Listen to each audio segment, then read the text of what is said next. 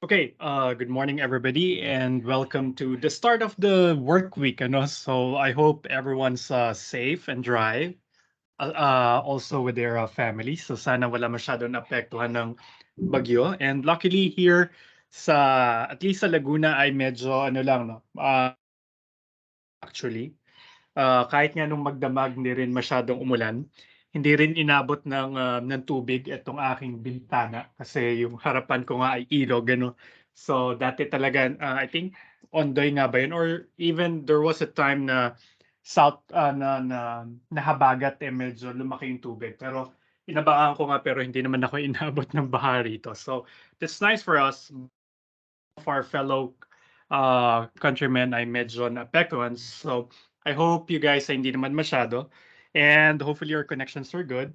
One thing I forgot last time is to give you a homework, So I think I promised or I mentioned that I'll give you a homework that is basically reflective in nature.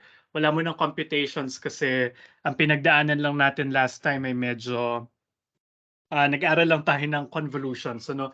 So there's no much to ask about convolutions. So probably I'll give the reflective homework probably sometime today. So siguro antayin niyo yung mismong phrasing ng problem tonight kasi tatakbo ako pa LB right after our class.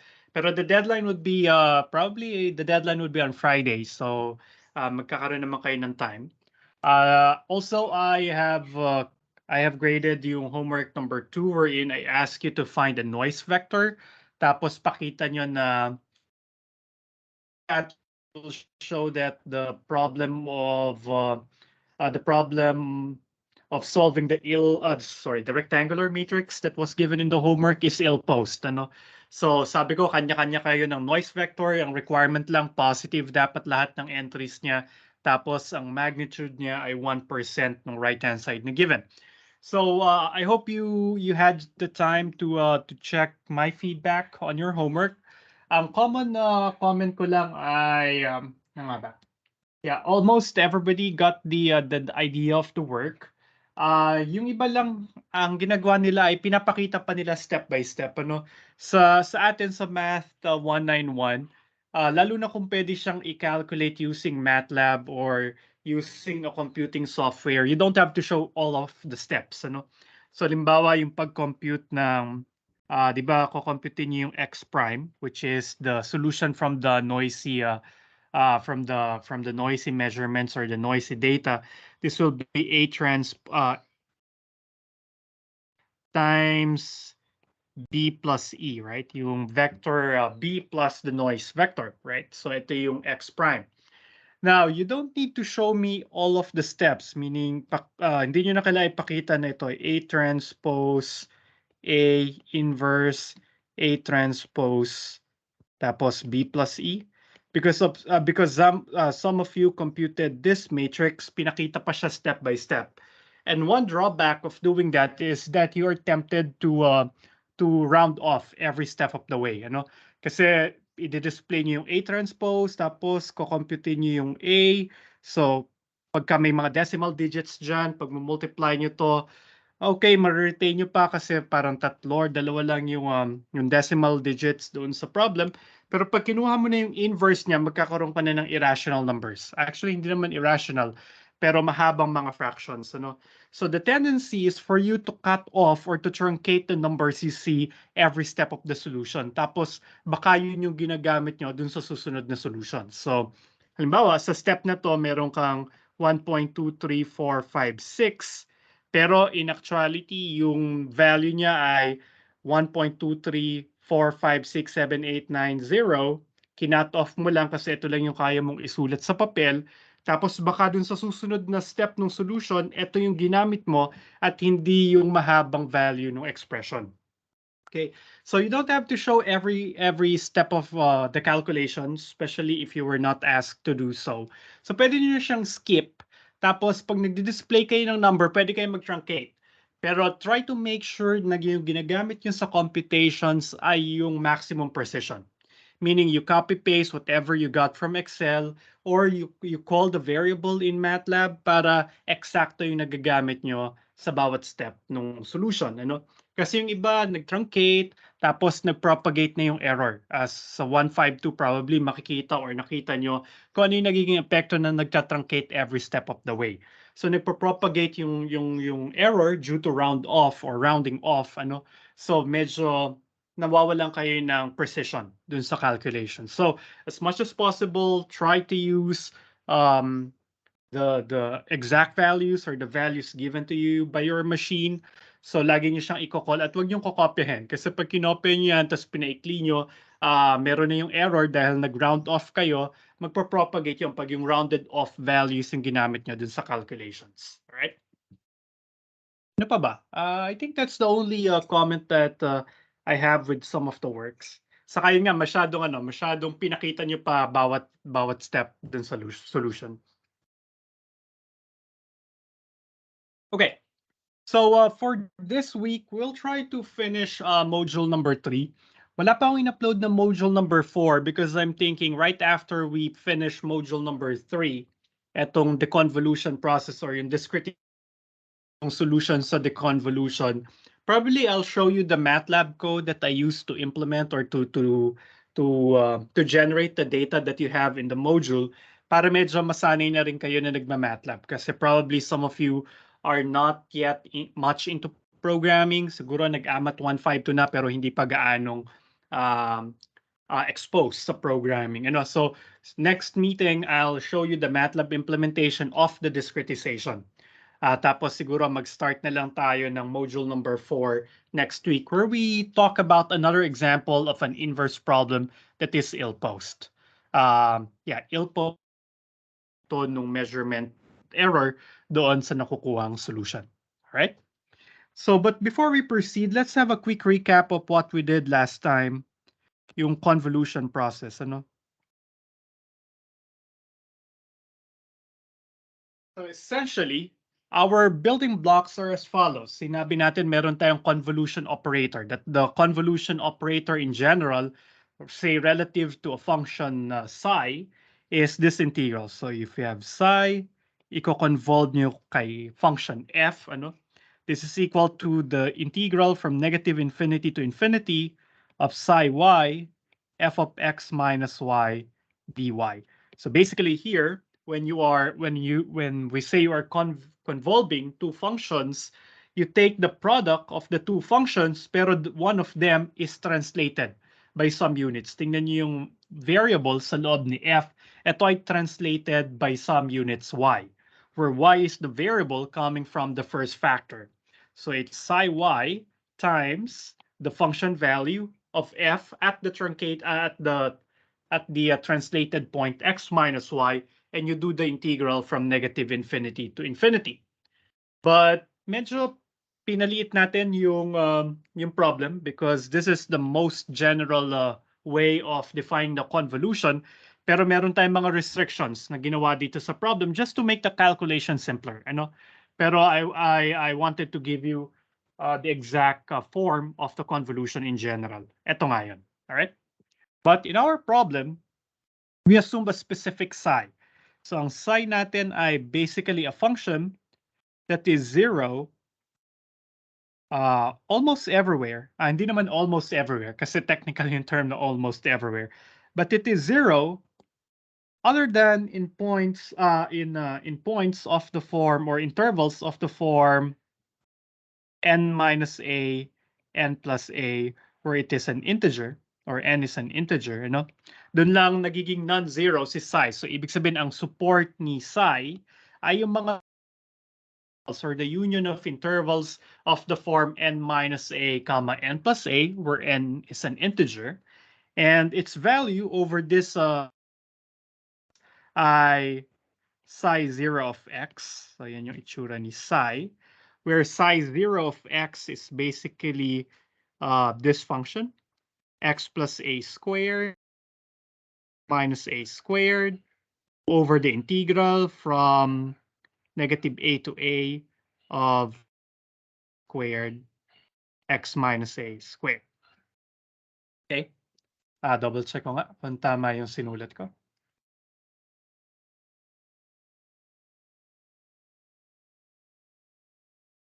Okay, sabi na nga ba may kulang. So, kailangan to ay adjusted din. Ito ay x minus n. Kasi nga kinokopya lang natin ng kinokopya yung itsura ni psi sub 0 on the interval negative a to a. So basically, this is how psi of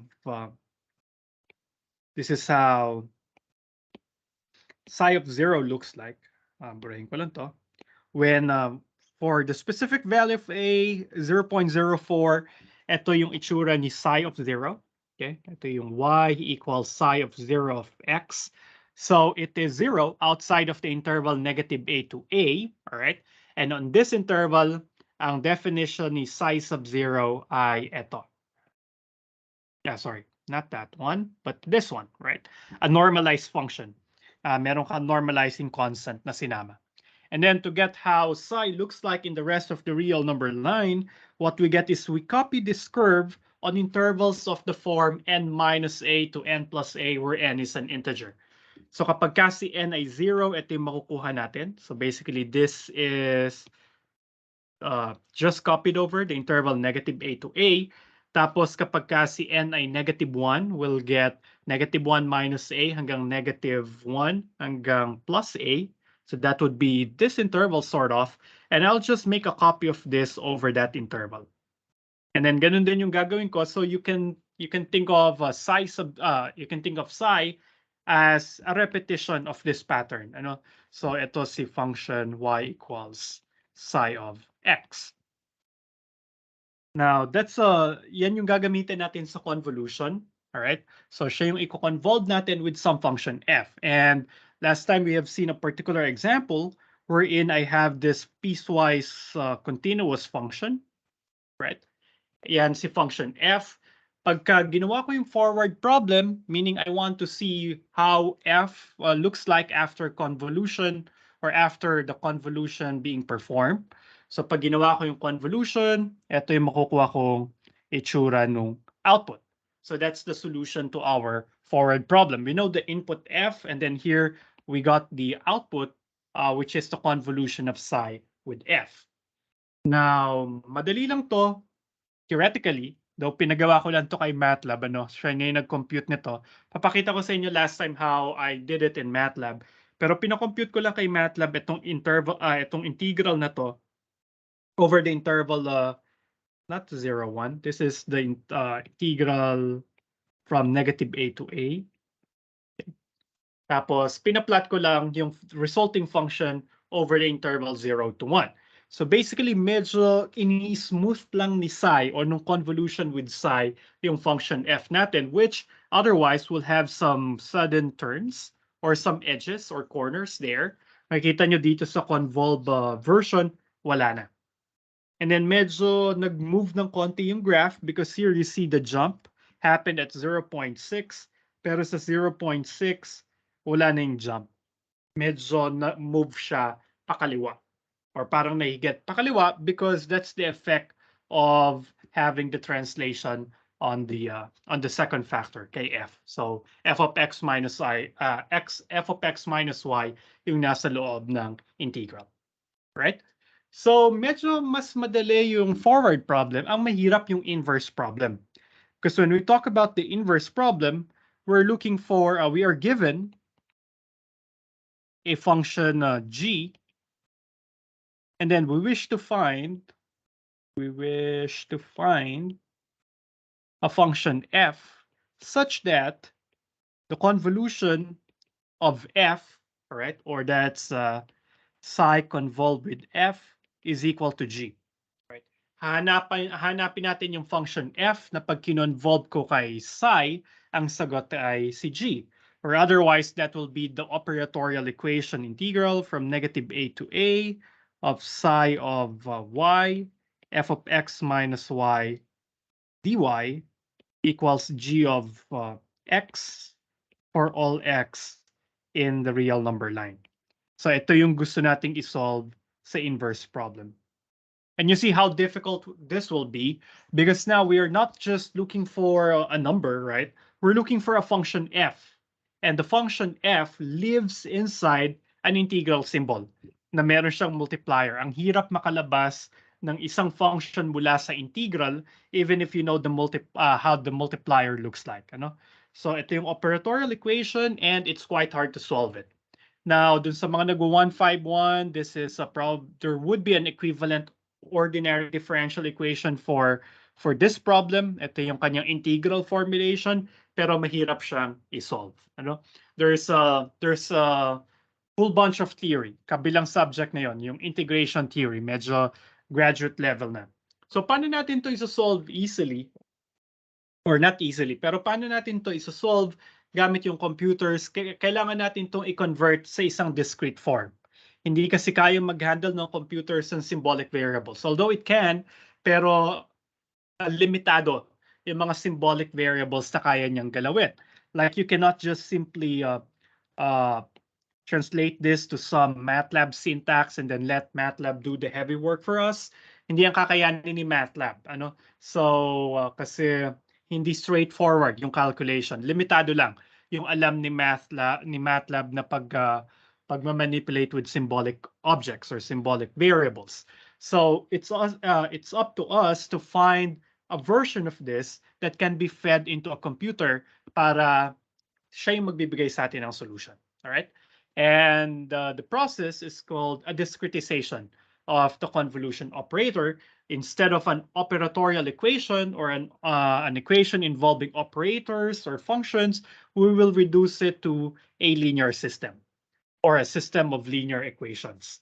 And we can do that because sabi ko nga, ipapaprove ko sa inyo sa problem set na ang convolution operator ay linear at kapag ka linear ang isang operator, ibig sabihin kaya natin siyang i-model using a linear system. That's why for the remainder of the course, we will simply focus on linear operators or inverse problems involving linear operators. Okay? Now, before we go to the actual content, may isa pa pala ako nakalimutang sabihin. Ano? Si psi ay periodic. So si psi and f are both periodic. So their convolutions will also be periodic. Kaya makikita nyo dun sa example mamaya ay isang period lang or graph over one period lang yung titingnan natin. Okay? And medyo kailangan ko yung pagiging periodic ni f para maging mas simple yung calculations. Makikita niyo yan mamaya kung bakit gusto ko si f ay maging one periodic. O bakit gusto ko si f ay parang pinagtagpi-tagpi lang ng mga graphs na of length 1. Kasi nga siya ay one periodic after one unit na uulit na yung function values niya. Right? So tingnan natin yung pagdi-discretize. What do we mean by discretizing an operatorial equation or a continuum model? So we start with this problem, or in general, you can have any operator, A, not necessarily the convolution operator. We have this, the operatorial equation, but we cannot feed this into a machine or into a computer. So gusto ko ngayon makahanap ng paraan para itong continuous model o continuous problem ay mapalitan natin by a linear system. Okay? So here, A is an m by n matrix of real entries. Si F ay n by 1 matrix. Sorry, dapat curly m siya. By the way, I saw a bunch of typos in the modules. So ipo-proofread ko ulit siya mamayang gabi tapos mag-upload ako ng mas malinis na copy probably later tonight. Though I uploaded a semi-clean copy kanina, mga 9:30 ano. So pero meron pa ako nakitang ilan, so later nyo na i-download or tomorrow para sure. Okay. So ang gusto ko ngayon, etong operatorial equation na to maging isang linear system. Ang itsura niya, AF equals G. A is an m by n matrix. F is an n vector. It's an n by 1. It's an n by 1 matrix, and then G is another vector, an m vector or an m by 1 matrix. So and then hopefully you see here that this dimensionalities for each of these three matrices or vectors are good para maging well-defined yung multiplication. So A ay m by n, si F ay m by 1, ay n by 1. So AF will be well-defined, and then their product will be m by 1. So gusto ko ngayon si G mapalitan ng vector G, si F mapalitan ng vector F, and then si A mapalitan ng isang matrix. So basically, yung inputs saka outputs dun sa problem gusto natin maging vectors. Tapos yung operator gusto ko siya ay maging isang matrix. Let me qualify that yung linear operator gusto kong maging matrix na ito yung itsura. So that I can feed this into a computer, tapos maraming algorithms ang computers pagsosolve ng linear system. So ito yung gagawin natin today. How do we define A for the convolution operator? Medyo yun yung mahirap. Yung F at saka si G madali lang kasi mga vectors lang yan consisting of the datas and the unknown. So that's fine. The real challenge is how to discretize A. Tapos, or how to discretize curly A. Tapos medyo magkakaroon tayo ng konting adjustment or konting tricks along the way para maging maayos yung pagkakasulat ng linear system. Okay. Hold on, guys. Let me take a sip of my coffee.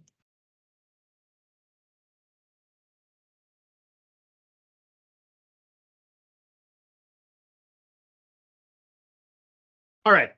So simulan natin dun sa madali. Inverse problem ito. So G is the output or the intended output. So basically, in an inverse problem, this is our data. So meaning, up to some point, we know how G looks like, or we are imposing how G will look like. So para ma-discretize yung function G, ang gagawin ko lamang ay mag-evaluate ako ng function values under G sa ilang mga points sa domain ni G. Alright? So basically, what I'll do here is I'll get the vector G consisting of entries G1, G2 until Gn. Pero ang magiging itsura niya, actually may typo ulit, this should be Gm. Kasi nga pala si G ay dapat m by 1. Sinabi ko na ba na siya ay n by n?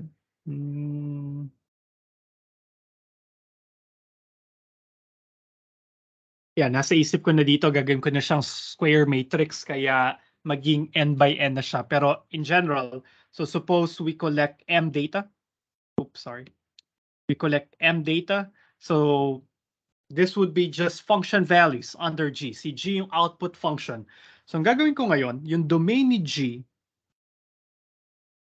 or siguro i-ano ko na sa 0, 1. Nasa specific 0, 1 na tayo. Kasi nga yung function f natin na hinahanap ay 1 periodic. Meaning na ulit lang yung function values ni f over intervals of length 1.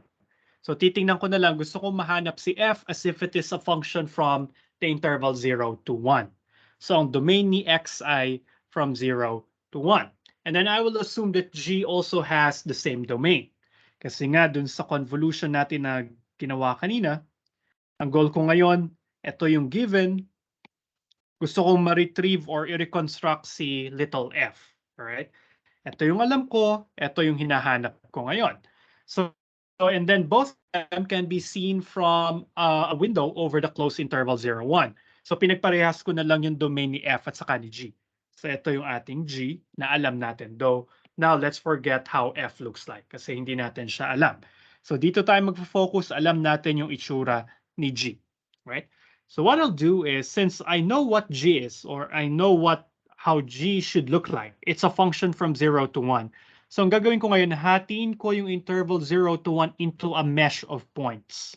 So ibig sabihin, pipili lang ako ng mga x values doon sa domain ni G. Right? So I guess here in the illustration, I'll use 64 x's from 0 to 1. So magkakaroon ako dito ng x. So this would be my x1, x2, x3, x4, x5, until makarating ako kay x sub 64. Halimbawa, o kay x sub n. So, imbes na isang function yung ating data, gagawin ko siyang isang vector consisting of points, which would be the function values of G at these mesh points. So, ang laman ni vector G ay mga function value ni little g dun sa mga mesh points. So this would be g of x1, g of x2, g of x3, hanggang makarating tayo ng g of xn. So tapos saka-transpose yan kasi dapat siya ay m by 1. So x sub m yan. Alright? So ganun natin i-discretize yung right-hand side. Meron kang function na gusto mo maging output o alam natin yung output ay function g. Hindi natin kayang i-feed kay computer si function g. So ang gagawin ko, yung domain ni g, hatiin ko into a finite set of points, say x1 until xm. And then the data for the function g will be the collection of function values at the selected finite set of x values. So medyo tapos na tayo. So yun na yung ating function, yun na yung ating data. Tapos na yung discretization ng right-hand side, right? Now, f is unknown. So ibig sabihin, si f of x ay hindi natin alam. So ganun din yung gagawin ko ngayon. Hahatiin ko ngayon yung domain ni f into several points. Nagkataon dito, ang domain din ni f ay 0 to 1. Alright? So hatiin ko ulit yung interval 0 to 1 now into a bunch of m points kasi si vector f ay a mesh of n points kasi si f ay n by 1. Pero ang magiging unknowns ko ngayon ay function value at say, pwede ko na rin gamitin yung same discretization kay g, though hindi naman necessary na sila equal. Paano ko ba susulat? Sige, sulat ko na lang ay f of, gamit ako na ibang variable. z1, f of z2, hanggang f of z, this is n by 1. Okay.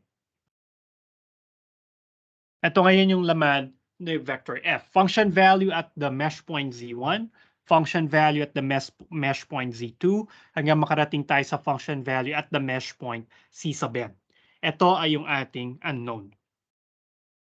And then supposing that we get a model for the operator A, all right? So ang gagawin ko na lang, kung alam ko na si matrix A, tapos alam ko ang unknown ay si F, magkakaroon na ako ng system na A times F equals G, right? So ito ay na-discretize na into a set of function values. Ito ay na-discretize na into a set of unknown function values, right? So to find F, I simply say apply A inverse if A is invertible. This will only happen if m equals n. Okay? Dapat square matrix si A para makuha natin yung A inverse at dapat si A ay maging invertible. If that happens, then we can get the solution for the unknown vector f. All right? And this is what we call the naive reconstruction.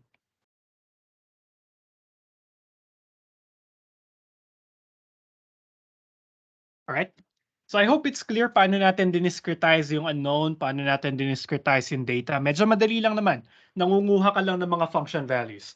Ang problema ngayon, ang malaking challenge ay paano natin mahanap si matrix A. How can we design the matrix A so that it will be a model for the operator A?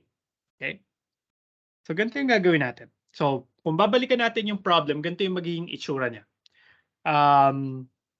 Nag-assign ako ng n equals 64 as I mentioned earlier. So gagamit ako ng 64 points sa interval 0 to 1. And then I'll assume them to be equally spaced. So the spacing between two consecutive x values on the interval 0, 1 would be 1 over 64. Para ganito yung mangyayari. So this would be 0. That would be my x1. Tapos x2 would be 1 over 64, x3 would be 1 over 32, and so on, all the way hanggang kay x64, which will be 63 over 64. All right? So I will not include 1 as part of my data because the 1 periodicity of the function f tells me that the function value at 0 ay equals sa function value kay 1. Kaya I didn't bother including 1 as one of the mesh points. Kasi wala siyang additional information na ibibigay. Kasi parehas lang naman yung function value ni 0 at saka function value ni 1 under the function f. Ganun din under the function g kasi nga naging 1 periodic din si function g. Alright? So the formula for the mesh points is this guy. All right. Delta x is 1 over 64. Inassume ko lang na siya ay magiging na sila ay equally spaced. So the vector g will look like this.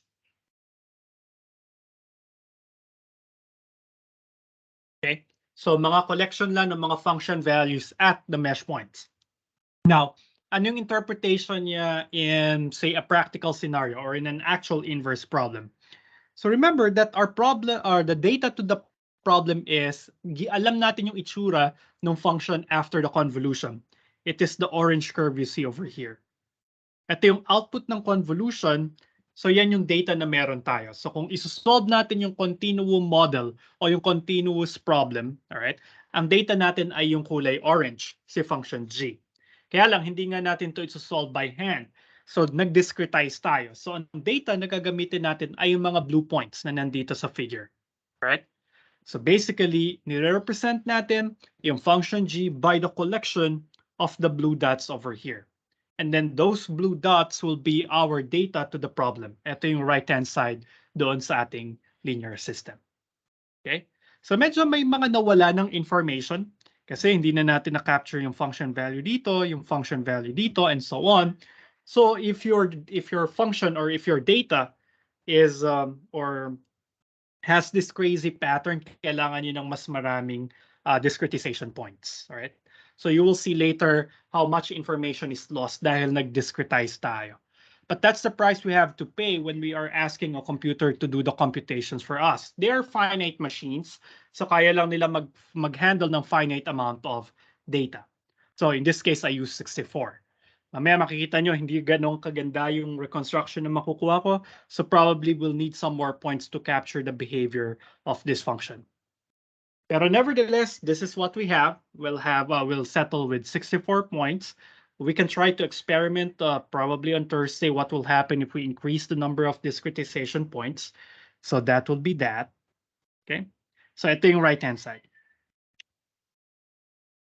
And then yung gagawin nating unknown data or unknown function values ay ganun pa rin. Sila ay mga function values naman at say 64 x's from 0 to 1. Gagamitin ko na rin yung same mesh points para kay G at saka para kay F, ano? But not pero hindi necessarily na pagparehasin sila. So you could have chosen a different discretization for F, pero just for simplicity pagpaparehasin ko na lang sila. And isang magandang implication ng parehas yung discretization ni F at saka ni G, magkakaroon ako ng isang square matrix. Okay? So basically, our vector F in this problem will be consisting of unknown function values f of x1, f of x2, f of x3, all the way down to f of x64, where the x's here are the same as the x's that you see over here. Yun nga lang, hindi sila constants kasi ito hindi pa natin alam yung values nila. Siya yung isosolve natin. Ano yung function value kay x1 ni F? Ano yung function value ni F kay x2? And so on. Yun yung hinahanap natin na solution. Alright? So medyo medyo we are setting up the stage for this particular problem. Ngayon, titingnan natin ang problema, paano natin i-derive yung matrix A. So medyo maraming mangyayari dito, so I hope you bear with me. Okay. Remember that the convolution operator that we want to model using a matrix is an integral, right? So integral siya ng psi of y times f of x minus y with respect to y. Now we will use some trick from numerical analysis. Sabi sa numerical analysis, ang isang integral or ang integral ni function h over the interval AB ay approximately equal sa delta y times summation ng mga function values ni y sub I. Actually, kahit pala hindi pa kayo nag-174, this will be familiar to you because this right-hand side is what we call a Riemann sum, right? Riemann sum lamang ito. So you can think of it as the sum of areas of rectangles. Tapos alam natin yung sum ng areas ng rectangles ay approximately equal dun sa integral. So quick question, how do we make this an equality? Paano to magiging equals, yung approximately equal? Sige nga.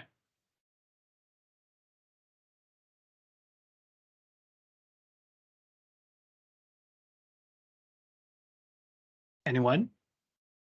Kailan magiging equal yung integral dito? Or what should be done to this integral, to this summation para maging equal siya doon sa integral?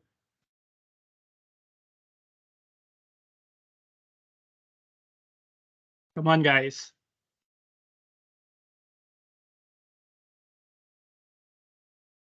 Hello? So, nagmo-monologue na lang pala ako kanina pa. Yes, Denmark. Ano po, sir, limit po of delta y equals, limit po of delta y as delta y approaches 0. All Ay, right. limit po nung quadrature pa. All right, thank you, Denmark. That's right. So remember, dun sa drawing sa Math 30, kailan nyo to nakita? 37? Pag kinuha mo yung summation ng mga rectangles na napakapapayat, all right? So the width of the rectangles are very, very small. That would be approximately equal, or that would be a better and better approximation to the integral. To get the actual integral, we take the limit of the Riemann sum as the increment approaches 0. So yun yung principle na gagamitin natin. So ang gagawin ko ngayon, dahil a bunch of points naman yung ginagamit ko, ito yung magiging idea. Paano ko ma-discretize yung convolution operator. Alright? So this is what we call a quadrature formula. Quadrature kasi parang ano siya, mga areas ng rectangles or quadrilaterals. Tapos ina-add lang natin sila to get an approximation for the integral. And this approximation will be better and better, as Denmark said, as delta y approaches 0, lumiliit yung increment in the y value. Lumiliit yung increment sa y, ibig sabihin magkakalapit yung mga mesh points. Pag magkakalapit yung mga mesh points, meaning napakarami mo ng mesh points over the given interval AB. So pag gusto mong gumanda yung approximation, paramihin mo yung number of points na ginagamit. Right. But actually, pag pinalaki mo yung number of points, so malaki yung linear system, mas mahirap siyang isolve ng computer. So basically, meron niyang mga give and take, or there's a price that you always have to pay for something because there's no free lunch in numerical analysis, or in numerics. So ito yung idea. Okay. Gawin natin siya sa convolution operator, and let's see how it looks like. Okay. Now, alam na natin. Okay, so basically, meron na tayong discretization ng domain ni G. So now, when I evaluate G at xj, right, I can do so in two ways.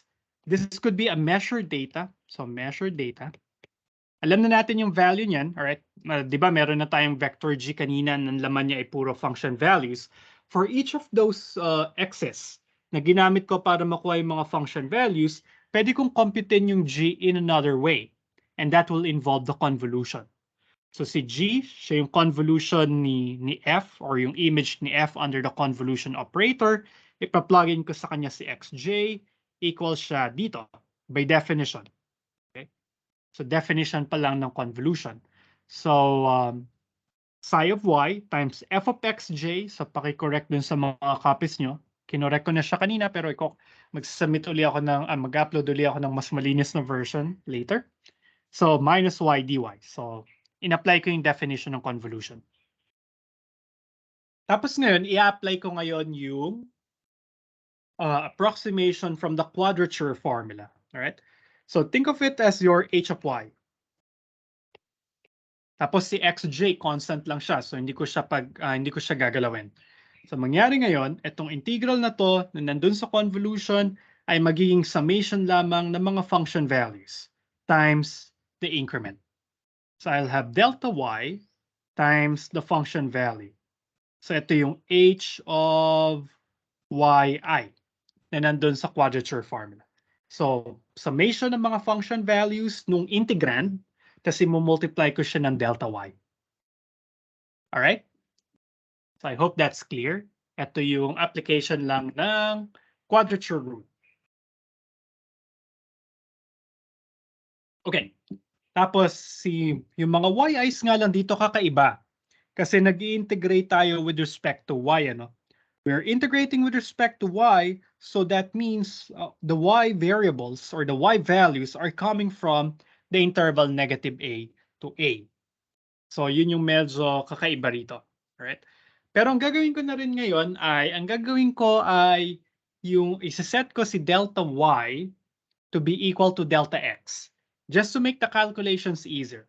So, basically, ganito yung mangyayari. 0, oops. Okay, lagay si 0. Saan ba nandito si 1? So, nandito yung mga x sub i's natin. So, this is x1, this is x2, x3, x4, and so on.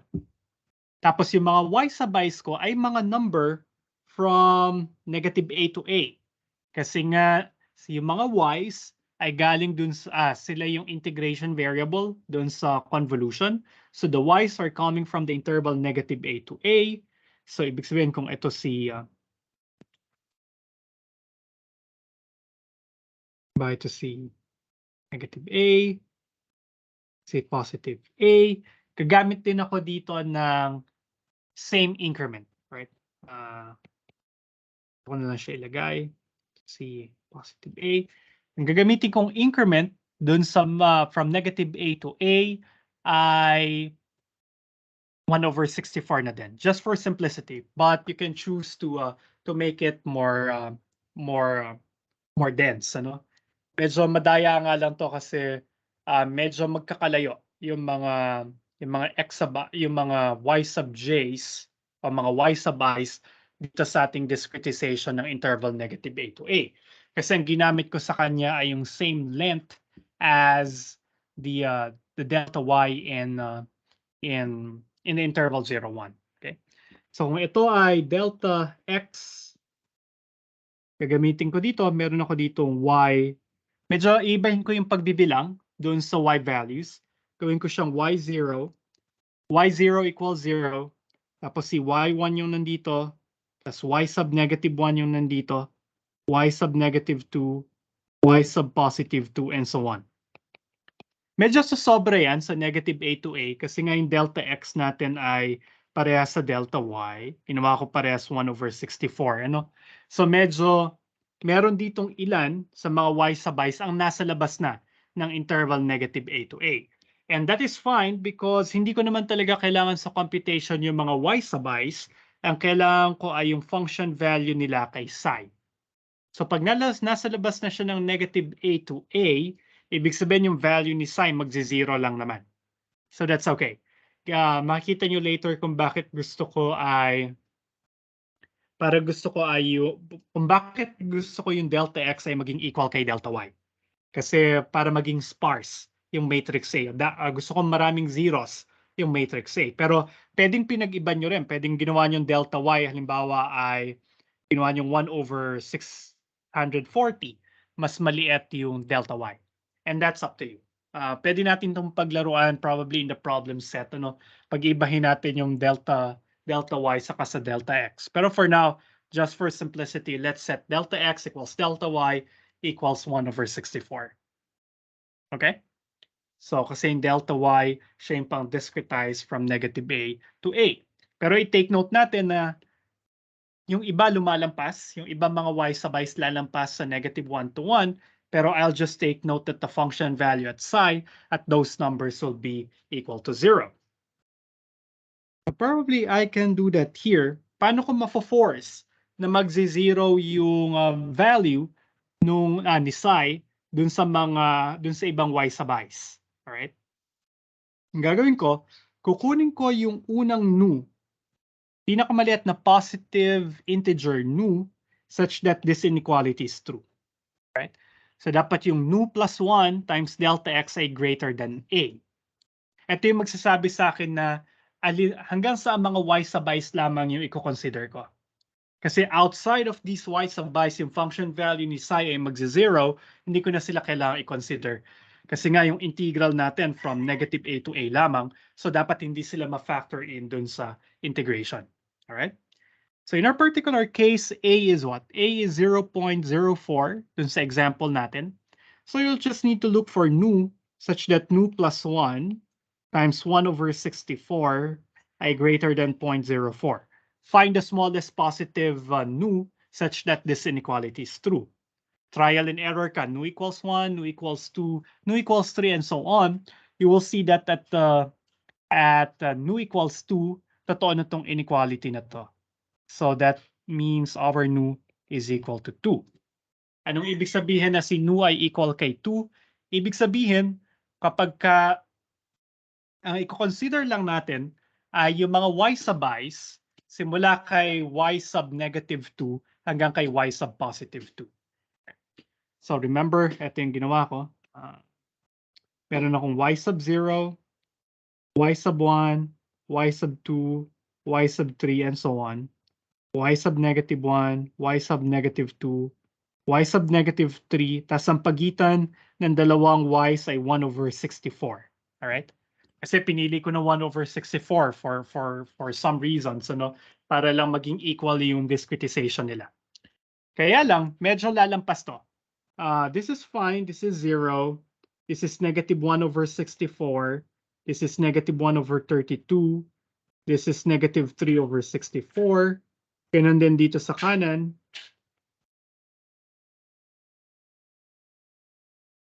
Okay. Pero yung 3 over 64, mas mataas na to kay 0.04. So, ibig sabihin, nandito lang si 0.04, andito si negative 0.04, outside of this interval, dapat magzi-0 si psi. So, ibig sabihin, i-consider ko lang na y subies. So, ang mga magmamatter lang na y subies ay simula kay y sub negative 2 hanggang kay y sub 2. And that's what nu gives us. Alright? So, that's why ito lang yung concern ko. Concern ko lang, ano yung function value ni psi from I going from negative 2 hanggang kay 2. Kasi kapag si nu ay naging 3 na, alright, o si I ay naging 3 na, si y sub negative 3 ay negative 3 over 64, nasa labas na siya nung negative a to a. Magzi-zero na yung value ni psi sa kanya. So, hindi na siya kasama dun sa integration. Alright? So, yun yung ginagawa ni nu. So, ibig sabihin lang pala, kailangan ko lamang ng 5 numbers na magre-represent nung multiplier na psi dun sa integral. Alright? So, yun na yung mga function value kay y sub negative 2, function value kay y sub negative 1, function value kay y sub 0, kay y1, saka kay y2. So, essentially, ganito yung magiging itsura ng integral.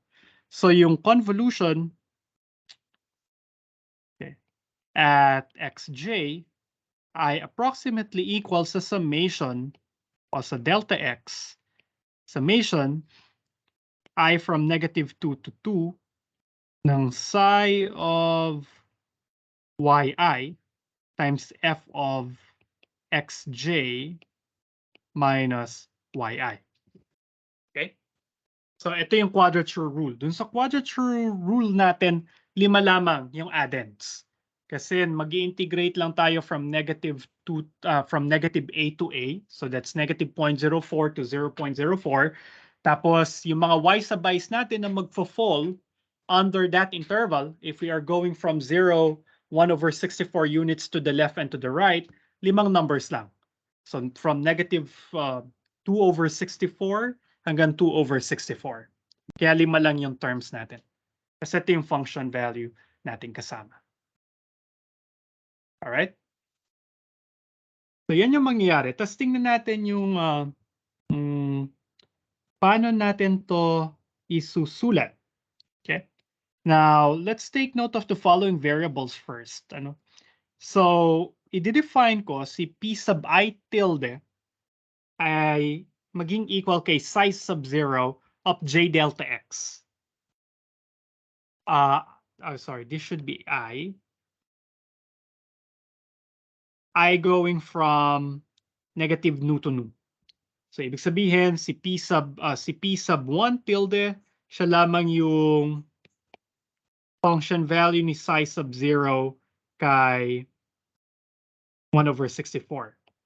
Si p sub 2 tilde, siya yung psi sub 0 ng 2 over 64. And so on. So, may 5 tayong value of interest. Alright? Sila yung mga y subies. Okay, tapos remember, dapat normalized yung values ng mga normalized dapat yung value ni psi. Kasi yung psi sorry, yung psi of x ay x plus a squared times x minus a squared all over the integral. So gagawin ko ngayon si vector p ay equal dito. Saan siya mako-compute? Ko-computing ko yung function value under psi sub 0 ni y sub negative 2, psi sub 0 ni y sub negative 1, psi sub 0 of y sub 0, hanggang kay y1 of y sub 0, psi 0 of y sub 2. Right? So yung 5 na yan, tapos i-divide ko by the norm. Actually, hindi norm. I-divide ko siya neto. So ito yung approximate natin dun sa integral of psi from negative a to a para lang ma-normalize siya. Okay?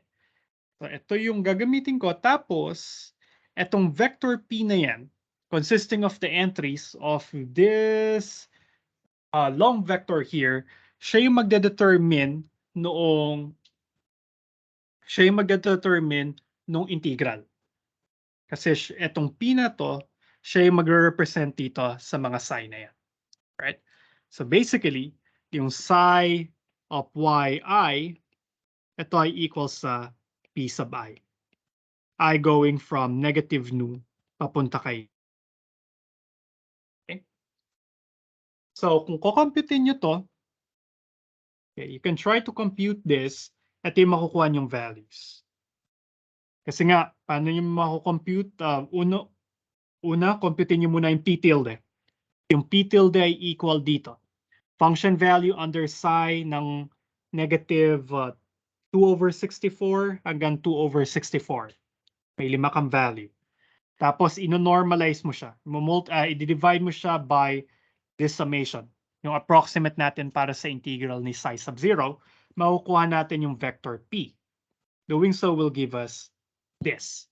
Isang 5 vector p. Tapos, ano mangyayari ngayon? So, ibig sabihin, halimbawa, gusto ko yung g of xy, g of xj, ito ay equal talaga sa integral from negative a to a ng psi of psi of y times f of xj minus y with respect to y. Pero ito ay approximate natin by a quadrature, delta x times summation, I going from negative nu to nu, ng psi of yi, f of xj minus yi. Right? So yun yung pang-approximate natin. However, meron na akong notation pa. This would be, okay, gamitin ko na yung delta x ay equals to 1 over 64, summation I from negative nu to nu, tas ito ay magiging p sub I times f of xj minus yi. So ito yung equal dun sa right-hand side. Pero kailangan ko itong isulat in a vector form. So halimbawa, when j is equal to 1, ito yung unang function value. So yung unang entry dun sa ating matrix, saan ko kaya sulat? Dito ko na lang siya ilagay. Okay. So di ba ganito yung gusto natin? A, F equals G. Tapos meron ako ditong matrix. Tapos gusto ko dito ay f of x1, f of x2, f of x3, hanggang f of xn. Gusto ko to ay maging equal sa g of x1, g of x2, g of x3, hanggang g of xn. Kailangan ko mahanap ano dapat yung itsura ni matrix A. Pero si matrix A manggagaling dun sa quadrature. Now, from the formula that we have just established, sabi natin si g of x1 ay approximately equal. So 1 over 64 times summation I going from -2 to 2 ng p sub I times f of x sub 1 minus y sub I. Right? Nababago si I.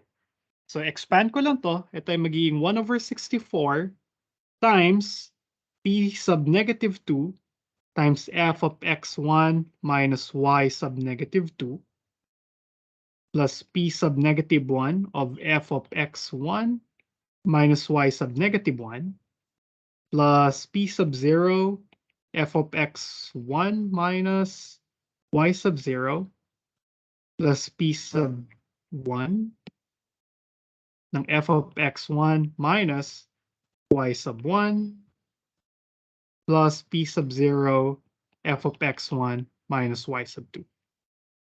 Right? Yan yung itsura niya. Okay. Now, wala tayong problema rito. Right? Because y sub 0 is equal to 0. Remember, si y sub I ay equal kay negative. So ito ay equal kay I delta x. So ibig sabihin si y sub 0 ay equal kay si y sub 0 ay equal kay 0. So this guy, yung pangatlong term, wala akong problema because this will just be p sub 0 times f of x1. Right? So ibig sabihin dito sa matrix ko,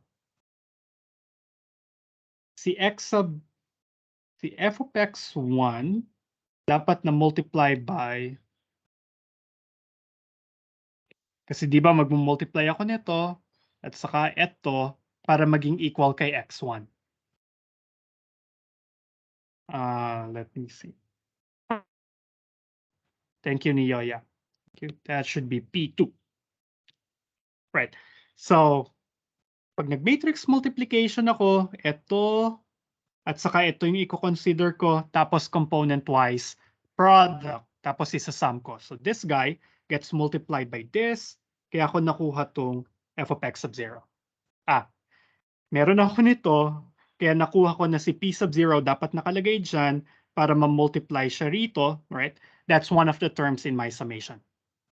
Okay? Tapos anong mangyayari?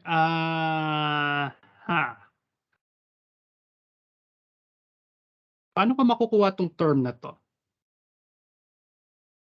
So this is basically P1 times f of, expand ko lang siya, 1 over 64 minus 1 over 64. Right?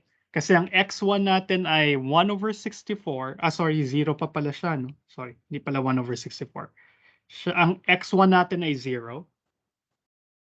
Ang y1 natin ay 1 over 64. So itong term na to ay p1 times f of -1 over 64. Okay.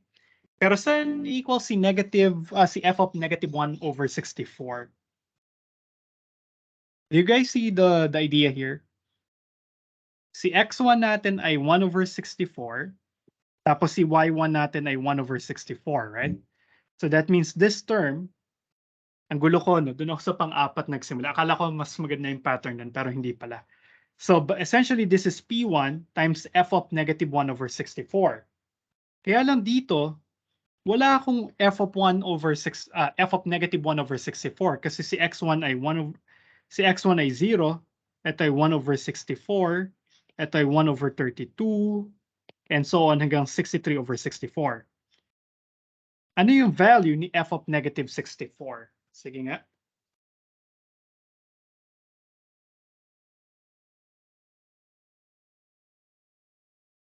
Or mahirap ba yan? Sige, simulan ko dito.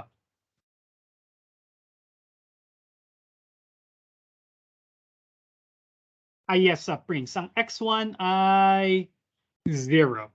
Sorry, yeah. Thank you.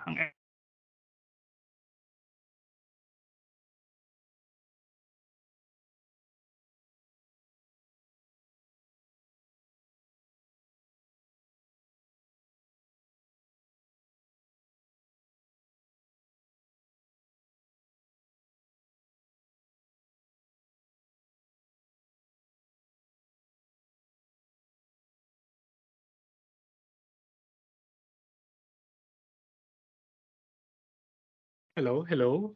Hopefully I'm back. Nawalan ako ng internet. Can you guys hear me? Okay. Kaya lang yung iPad ko ay nawala siya. Na-disconnect yung iPad ko. Hold on.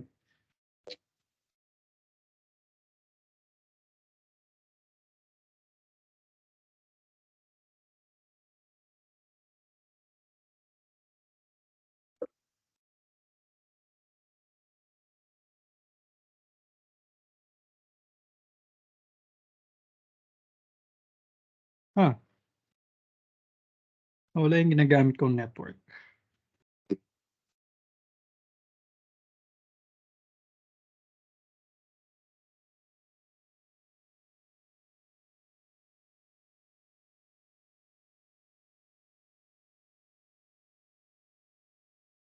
Hold on, guys. Okay, there you go.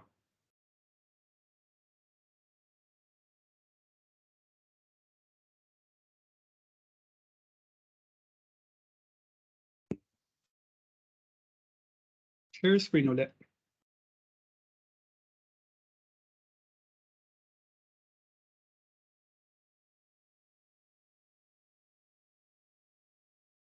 Okay. Simulan natin dun sa first term. Mas madali pala yung first term. Hindi ko siya nakitang siya yung mas madali. So dito ako magfo-focus ngayon. Expand ka. Remember, ang x1 ay 0. Right? Tapos, ang y sub negative 2 naman ay negative 2 over 64. Hindi ko na i-lowest terms para mas madali siyang sundan. Ano? So, negative 2 over 64. Kasi nga, yung mga yi's natin, ang formula para sa kanya ay index number times delta x. So, ang y sub negative 2 ay negative 2 times delta x, and delta x ay 1 over 64. So, negative 2 over 64. So, ibig sabihin, itong term na to ay p sub negative 2 times f of 0 minus negative 2 over 64. So that means it's p sub negative 2 times f of 2 over 64. Pero ang 2 over 64 ay, ano nga si 2 over 64? Si 2 over 64 ay f of x2. Sorry, x3 pala. Tama ba? P of x3 siya. Kasi x1 ay 0, si x2 ay 1 over 64. Nalito ako. Si x2 ay 1 over 64, si x3 ay 2 over 64. Okay. Tama, no? 0, 1, 2. So siya ay f of x3. So si f of x3, nakamultiply siya kay p sub negative 2. So ibig sabihin, dapat ito ay ma-multiply by p sub negative 2. So meron ako ditong p sub negative 2 dun sa pangatlong column.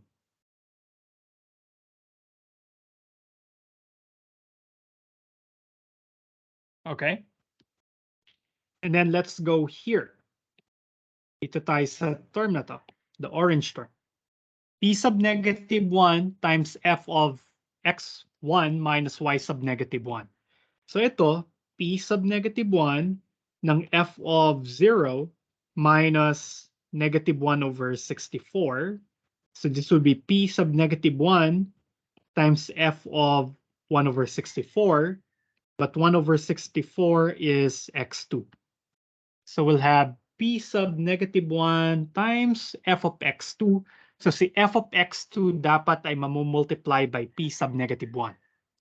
So ibig sabihin, si p sub negative 1 ay dapat andito. Para ito, mamultiply doon. Okay? I hope you're seeing the pattern kung paano yung ginagawa. Ano? Kasi mamaya i-generalize ko yan. Nasa first row pa lang tayo. So, kailangan ko makuha yung itsura ng lahat ng n rows para makuha natin yung system of equation. Okay? Now, dito na tayo sa question ko kanina. Nagbura lang ako dito. Kailangan ko yung p1 times f of x1 minus y1. Again, this is p1 times the function value of 0 minus 1 over 64. So this would be P1 times f of negative 1 over 64. Pero wala si negative 1 over 64 dun sa mesh points natin para kay f. Right? Kasi di ba ang mga inputs lang kay x ay mga numbers from 0 to 1, starting from 0 until 63 over 64. So how can I have this dun sa linear system? Kasi si negative 1 over 64, hindi siya isa dun sa mga exabytes, right? Because the exabytes start from 0, then 1 over 64, 2 over 64, hanggang 63 over 64. Pero kailangan ko daw pala ay si negative 1 over 64. So, saan ko ilalagay si P1 dito sa matrix na to? O sa row na to? Any idea?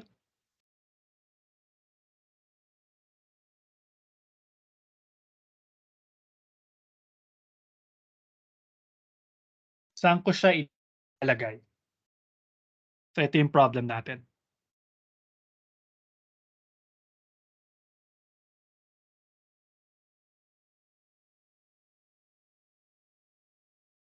Saan dapat si P1? Pang ilang column ko siya ilalagay? Dapat ilagay ko siya sa column, alright? Sa column ng first row para mamumultiply siya kay f of negative 1 over 64. Pero nasaan si f of negative 1 over 64? Walang exabytes na equal kay negative 1 over 64. Ano yung pwede kong gamitin?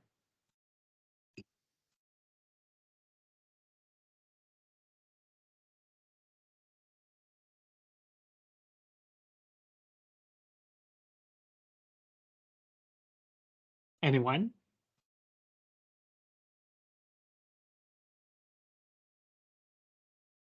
Nakalimutan niyo isang property ni f. Ano yung property ni f? Kaya sa isang property ni f na binanggit na, ano yung require natin dito sa problem na to? Si f dapat ay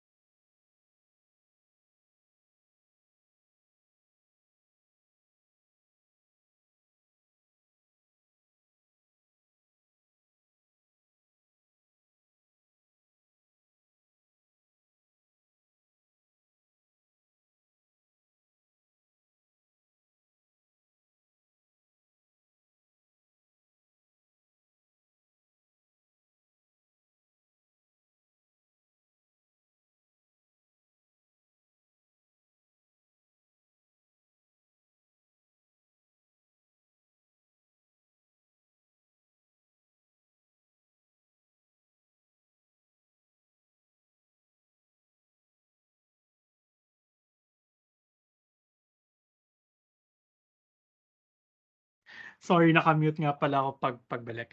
Yeah, I was saying nga, nakuha na ni Denmark yung sagot. One periodic kasi si function f.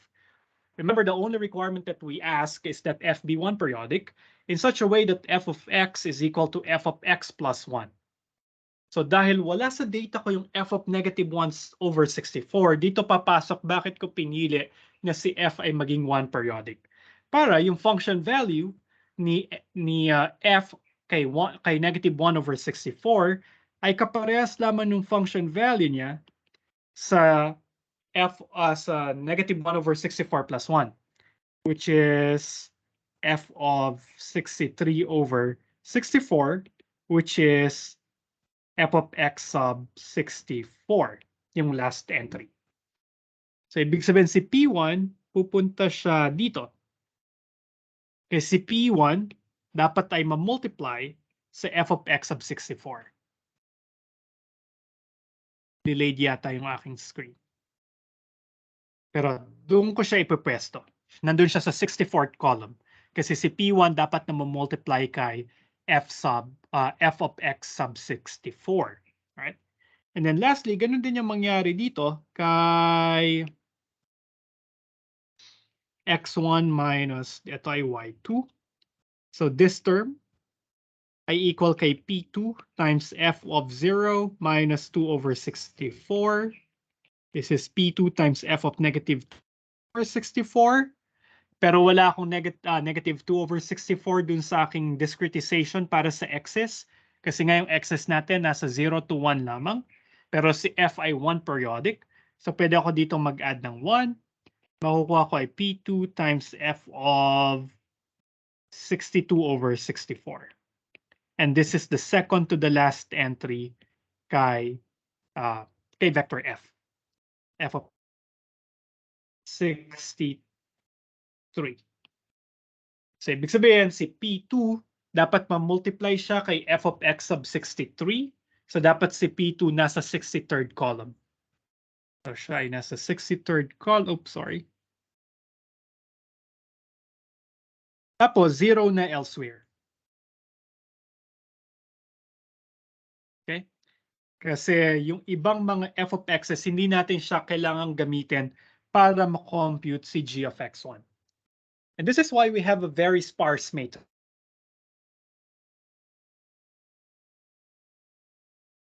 Meron tayong 64 columns dito, pero 5 lamang yung may non-zero entries. Bakit 5 lamang? Kasi dun sa quadrature formula natin, 5 lamang yung involved. Alright? Kasi yung ibang mga function values, multiplier lang nila ay 0. Okay? Now, please try to derive yung second row. Okay? So, ganun din, expand nyo lang. Yun naman ay g of x2. Tapos, kunin nyo lang yung formula na to. Tapos, makukuha nyo na yung itsura ng second row. By the way, nakalimutan ko yung 1 over 64 dito. Kasi nga merong multiplier na 1 over 64 sa labas. Doon na lang natin siya ilagay sa labas ng matrix. So what I want you to do ay ganito. Computin nyo yung g of x2 using the quadrature formula. So g of x2, expand nyo siya rito, kunin nyo to, tapos based on that summation, kailangan makuha nyo yung arrangement ng mga pisa-bias dito. And then try to do it for g of x3. Tapos siguro after that, makikita nyo na yung pattern. Sige, pakita ko na. Dahil wala na rin naman time. Pakita ko na yung mangyari. So ito yung na-derive natin para dun sa first row. Lag talaga yung aking screen. Okay, there we go. Yan yung nakuha natin for the first row. Okay? Tapos for the second row, ito naman yung makukuha nyo. Tapos for the third row, ito naman, nag-start ka naman kay P2 and so on. Tapos makikita nyo ay may pattern. P0, P-1, P-2. Sila pa rin yung magkakasunod. Tapos yun nga lang si P1 na nandito, natulak siya papunta ron. Right? Tapos para sa susunod na row, ito, kakopyahin ko lang sila, magkakasunod pa rin sila. Ito nga lang P2 nalipat doon. Tapos susunod silang lahat na, mamumove lang ng 1 unit. 1 unit to the right. So ang tawag natin dito ay isang circulant matrix. Kasi nga medyo cyclic yung itsura ng mga entries niya. Alright? So try to figure out how this was, please double check na ito yung pattern sa pagkuha ng matrix A. Tapos on Thursday, titingnan natin yung solution na makukuha natin mula dito sa linear system na ito. Alright? Medyo ang dami nangyari. Tapos hindi pa nakisama yung internet ko. Pero ganito yung ginagawa talaga. Hinahanap natin yung pattern para magbuo ng matrix A. And then as I mentioned earlier, we could have designed the matrix A in a different manner. I mean, pwede nating ginawa na kakaunti yung zeros ni matrix A in such a way na niliitan ko yung delta Y o yung discretization ng negative A to A, yung step size sa discretization ng negative A to A kasi mas maliit yung interval negative A to A, kasi 0.04 to 0.04. So, niya, compared dun sa interval 0, 1 na 1 yung haba pero parehas sila ng delta ng increment. Parehas 1/64. Ang advantage nun ay sparse yung naging matrix. Out of the 63 sa bawat row, meron kang 64 entries, 5 lang doon yung non-zero. Alright, yung lahat nagsi-zero na. At mas madaling computa ng inverse yung mga sparse matrices. So, yeah. Sa mga inverse problems, ganito talaga yung ginagawa. Tinatry mo magbuo ng matrix A na minsan hindi kadalian yung pag-construct. And I hope you see now na ito talaga, pag minultiply, maging equal siya kay g of x1. Kaya naging ganon yung arrangement niya. So, ang pwede niyong pag-practicean as an exercise, i-derive nyo to, tas double check that that guy times this guy will give you g of x2. Alright? So maybe I'll stop here. Sobrang dami na nun nangyari. But puro mechanical siya. Hopefully you get the idea. So on Thursday, we'll take a look at the solution that was obtained. So siguro, I hope by Thursday, na-gets nyo na yung pagbuo ng matrix A. Right? So kung hindi nyo pa nakuha ngayon, dahil medyo magulo yung discussion, so paki-expand. So gawin nyo yung ginawa ko sa first row. Paki-expand, gawin nyo sa second row, third row, tapos mula doon tingnan niyo yung pattern. And from that pattern, you should get the matrix A given in equation 3.22. Right? Para makita na natin sa Thursday ano yung itsura ng solution mula doon sa naive reconstruction and what is the problem from that reconstruction. And also by then siguro I can show you the MATLAB code na ginamit ko para sa examples na to. Alright? So I hope that's okay. So just a reminder, mag-upload ako mamaya ng homework, which is basically a reflection ng ginawa natin last time. So it's just a qualitative question. Walang computations, wala masyadong isipin. I-summarize nyo lang kung ano yung nakuha nyo from last meeting. I'll give you the guide question later in particular. Yeah, and deadline is a Friday. Okay? So do you guys have any questions? So okay lang kung medyo malabo pa yung pagko-construct ng matrix A. Kahit ako nung binabasa ko, nahirapan din ako. Kailangan ko siyang isulat ng paisa-isa. Kailangan ko siyang isulat ng ganito para makuha ko yung pattern. Alright? So that's why I encourage you to do the second row, the third row, or do the same thing for the second row, third row, and then okay? So with that, I guess we can call it a day. Sobrang dami nangyari, but we'll continue our discussion on Thursday, all right? So thank you guys for coming today, and let's see each other again on Thursday. Bye, everyone.